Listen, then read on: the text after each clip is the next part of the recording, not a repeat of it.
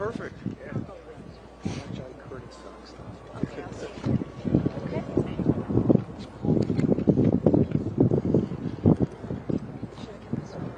Well, good morning to everybody. We're going to be brief. The truth is very simple, and it's easy to articulate.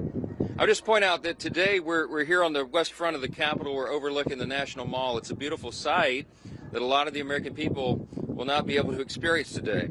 On a normal day, of course, you have tens of thousands of visitors here, family, you have school groups that come and visit. They walk these grounds. We have about 7,000 people who visit this Capitol each and every day. But today that's not going to be the case. Today America's boys and girls will walk up to these doors and they'll see something different, a sign that says closed until further notice. And that's because at midnight, the Democrats followed through on their threat to shut down the United States government. As we speak here this morning, there are hundreds of thousands of federal workers who are getting their furlough notices. Nearly half of our civilian workforce is being sent home. These are hardworking Americans who work for our federal government. Our troops and our Border Patrol agents will have to go to work, but they'll be working without pay. Food assistance, veterans benefits, and vital support for women and children are all coming to a halt. Now, thankfully, President Trump is trying to mitigate the damage as much as possible. His administration is working to limit the harm to the American people. But the longer this goes on, the more pain will be inflicted because it is inevitable when the government shuts down. The sad thing about it is that every single bit of this was entirely avoidable. Democrats could have worked with us in a bipartisan manner to avert this unnecessary and very harmful shutdown. But instead, they did something that is rather shocking to us.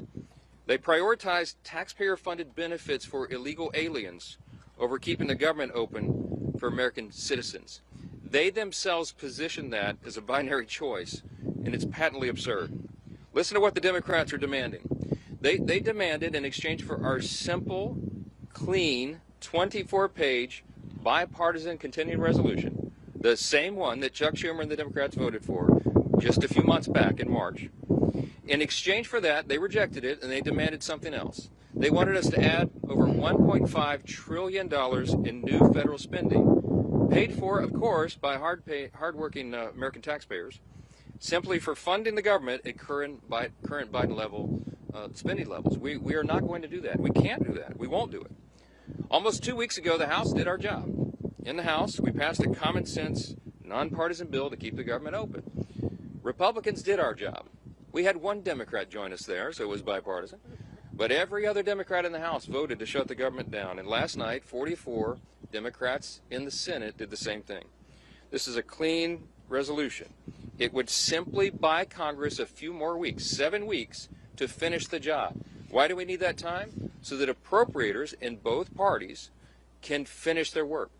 They've been restoring regular order. They've passed 12 separate bills out of committee in the House, and the Senate has done its work as well. 3 bills of the 12 passed in each chamber. They don't line up exactly, so there's a conference committee constituted, the first time in years that that's happened.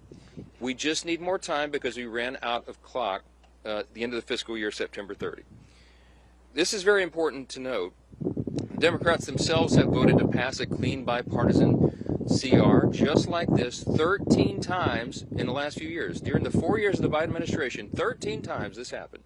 Republicans did the responsible thing, even when we were in the minority, to keep the government open. And today should be no different. There is nothing new in this legislation. There's no poison pill. There's no partisan tricks. There's no gimmicks whatsoever.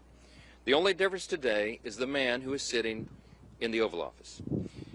Rather than work with President Trump and Republicans to get this job done, as our party has done repeatedly in the same situation over the years, Democrats want to play political games with the lives and the livelihoods of Americans.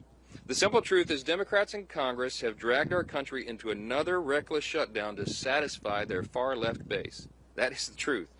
Whether or not the government remains open or reopens is entirely up to them. There's still time for Democrats to pass this clean bipartisan bill that's sitting before them, and we encourage our Democrat colleagues to do that. I certainly pray they'll come to their senses soon and do the right and responsible thing.